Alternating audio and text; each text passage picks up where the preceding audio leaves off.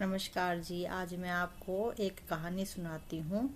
पोष पोष का अर्थ क्या है? एक अपना ही अर्थ होता है पोष, यानी कि भाई जैसे लगा लो कि एक नया सब कुछ आलीशान हो, जैसे इस तरीके से। तो एक महिला थी, उसने अपने किचन का सारा सामान निकाल कर साइड में रख दिया। दिवाली की सफाई कर रही थी और उसको ऐसा लगा कि ये सब मेरी चीज़ें पुरानी हो चुकी है। प्लास्टिक के डब्बे, कटोरियाँ वगैरह सब कुछ उसने निकाल के साइड में रख दी, जो कि पुराना हो चुका था। और अपने नए सामान को रख कर उसने सोचा कि मेरी किचन तो बड़ी पॉश दिखाई दे रही है, बहुत बड़ी आलीशान हो गई है। तो मैं जो जो मेरा सामान है बचा हुआ, इसको मैं काम वाली को दे दूंगी। इतने में ही उसकी महिला की काम वाली आ गई। वह अपना दुपट्टा जैसे मुंह में लेते हैं, ऐसे खोजते हुए जैसे फर्श साफ करने लगी, तो उसकी नज़र कोने में पड़े हुए बर्तनों पे पड़ी। मैडम आज इतने सारे बर्तन बोली मैडम आज इतने सारे बर्तन आज किस लिए निकाले हुए हैं? क्या ये सारे घिसने हैं? तो उसका चेहरा तनावग्रस्त लग रहा था कि मुझे सारे साफ करने पड़ेंगे। महिला बोली, नहीं, अरे नहीं, ये तो सब मैं भंगार वाले को, यानी कि कोई खरीदने वाला आएगा उसको दे दूंगी, जो जैसे कबाड़ी वाला होती है उसको दे दूंगी। तो काम वाली ने जब सुना तो उसकी आंखें एकदम से चमक उठी। वो बोली, आपको एतराज नहीं हो तो मैडम इसको मैं ले लूं? तो उसकी मैडम बोली, हाँ ये सभी बर्तन तू ले ले। और उसकी आंखें तो मानो उसको तो जन्नत मिल गई एकदम से, बहुत ही अच्छा लगा उसने। और वो बोली, अच्छा मैं ये सारे बर्तन ले लूं? जैसे उसको तो ऐसा लग रहा था जैसे अली बाबा की गुफा भी मिल गई हो। फिर उसने अपना सारा काम फटाफट किया और जल्दी जल्दी सारे बर्तन अपने एक थैले में डाले। मतलब कि जैसे कट्टा बोलते हैं हमारी भाषा में, थैले में, बोरे में डाले और उत्साह से वहां से निकल ली।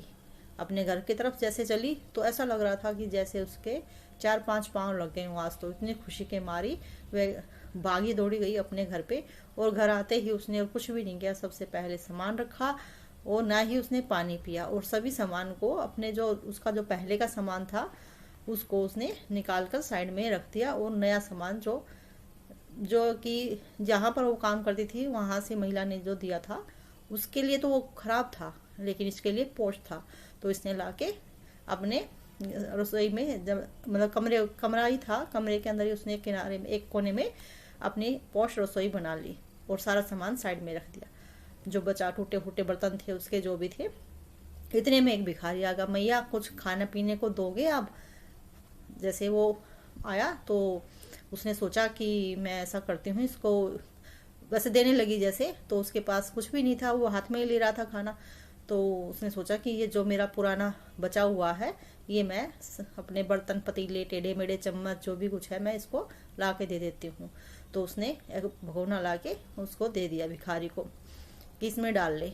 और ले, और कहने लगी, ले भैया ये और भी सामान सारा ले जा साथ में। भिखारी को तो फिर वही है, जैसे कि उस कामवाली को जन्नत मिल गई थी, ऐसे भिखारी को भी अंदर ही अंदर अपने मन में बुदबुदाने लगा कि कितना सारा सामान मुझे मिल गया, इतना पतीला मिल गया, इसके अंदर मैं अपना खाना वाना ले लिया करूंगा सबसे। और कोई बात नहीं, टेढ़ी मेढ़ी चम्मच सही है, तो कभी कभी चम्मच से खाने का मन करेगा तो मैं इससे भी खा लूंगा, क्योंकि मैं तो अपने हाथ से ही खाता था, उंगलियों से ही खाता था। और इसमें मैं पानी भी पी लूंगा, जो टूटे फूटे गिलास भी जो इन्होंने दिए हैं उसको भी मैं, मतलब इसमें मैं उसको इस्तेमाल कर लूंगा। भिखारी बहुत खुश हुआ और उसकी भी आंखें फटी की फटी रह गई कि मेरे पास भी कितना सारा सामान, आलिशान सामान हो गया। मतलब कि मैं भी पोष दिख रहा हूँ, अमीर दिख रहा हूँ। तो पोष का मतलब क्या है? सुख है। किसमें माने, मतलब हर चीज में परिस्थिति के अनुसार ये पोष दिखाई देता है। जैसे उस मालकिन को तो उसमें पोष दिखाई दे रहा था कि वो नए नए अपने बर्तन ला के और रसोई को आलिशान बना रही थी। और उसके पुराने बर्तनों को जो माई काम वाली लेके गई थी तो उसको उसमें पोष दिखाई दे रहा था। और भिखारी को जो उसमें दिख रहा था, जो कि वो काम वाली ने उसको दिए थे। तो इससे ये जाहिर होता है कि हमेशा हर परिस्थिति में हमें खुश रहना चाहिए। हमें हमेशा अपनों से छोटों को देखकर खुश रहना चाहिए। हमारी स्थिति तो इससे अच्छी है, जबकि हम हमेशा अपने से बड़ों को देखकर दुखी होते हैं।